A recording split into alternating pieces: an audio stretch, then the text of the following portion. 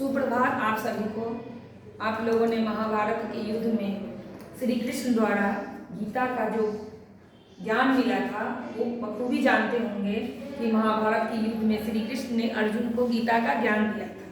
लेकिन उस गीता के ज्ञान का जो मुख्य बिंदु था, उनको जो अर्जुन को कृष्ण के द्वारा मुख्य रूप से जो ज्ञान मिला था और वो जो देना चाहते थे, उसके 18 महत्वपूर्ण बिंदु हैं जो मैं अभी आप लोगों को बताने जा रही हूँ। सबसे पहला है कर्म फल का त्याग। जब हम कोई कर्म करें तो उसके फल की इच्छा बिल्कुल नहीं करनी चाहिए।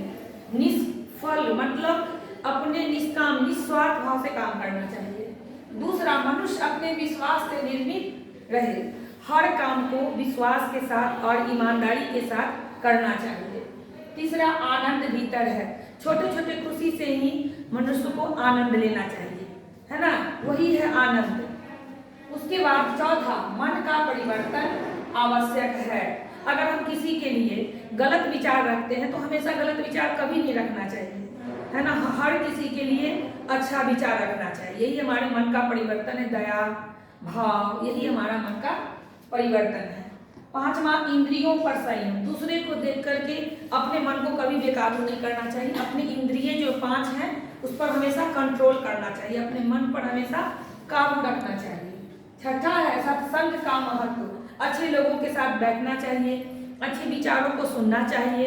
अगर हम 10 अच्छे व्यक्ति के साथ बैठते हैं और उनके अच्छे विचारों को जानते हैं तो हम भी शुद्ध हो जाते हैं और अच्छे अच्छे ज्ञान को प्राप्त करते हैं।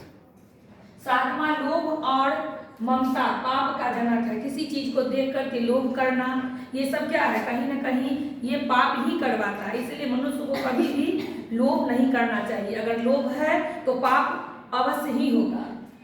आठवां, सुख दूर की प्राप्ति। अच्छे गुण हमेशा मिलते हैं। अगर हम लोग अच्छे अच्छे कर्म करेंगे तो अच्छे फल भी मिलेंगे।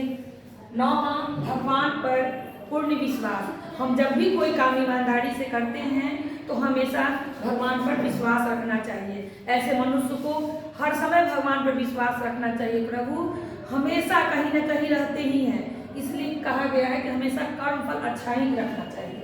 सत्य का महत्व। सत्य को हम लोग दबा सकते हैं, है ना, लेकिन सत्य कभी मरता नहीं है।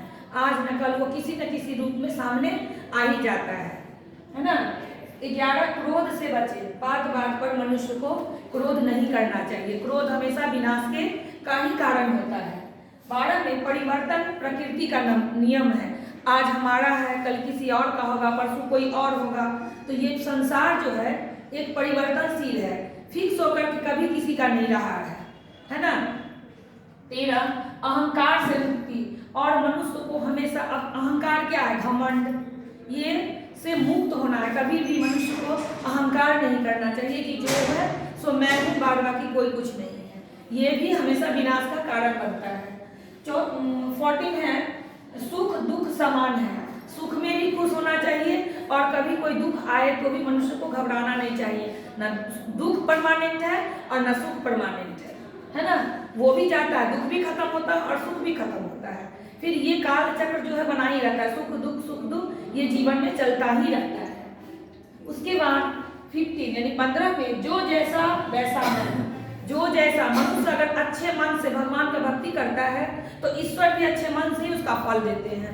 अगर मनुष्य अपना कर्म किसी गलत कर्म से करता है या कोई काम गलत ढंग से करता है तो प्रभु भी, ईश्वर भी उसका जो है फल ऐसा ही देते हैं। उसके बाद 16, ईश्वर की कृपा। ईश्वर की कृपा तभी मिलती है जब मनुष्य अपना काम निष्फल से, निस्वार्थ भाव से, सच्चे मन और लगन निष्ठा से करता है। और 17 संस्कारों का महत्व। मनुष्य के जीवन में संस्कार का होना बहुत जरूरी है। अगर संस्कार अच्छे नहीं होंगे तो कोई भी मनुष्य भगवान को प्राप्त कभी नहीं कर पाएगा। और 18 में 18 में आत्मबोध। मनुष्य को खुद का भी ज्ञान होना चाहिए कि वो क्या है, क्यों बना है, इस संसार में क्यों आया है, उसका क्या कर्म है। इस पर ध्यान देना बहुत जरूरी है, तभी तो हम प्रभु को पा सकेंगे और गीता के सार का महत्वपूर्ण जो है बातें को जान पाएंगे कि गीता का ज्ञान भगवान श्री कृष्ण ने अर्जुन को क्यों दिया था। बस यही मुख्य बिंदु है। धन्यवाद।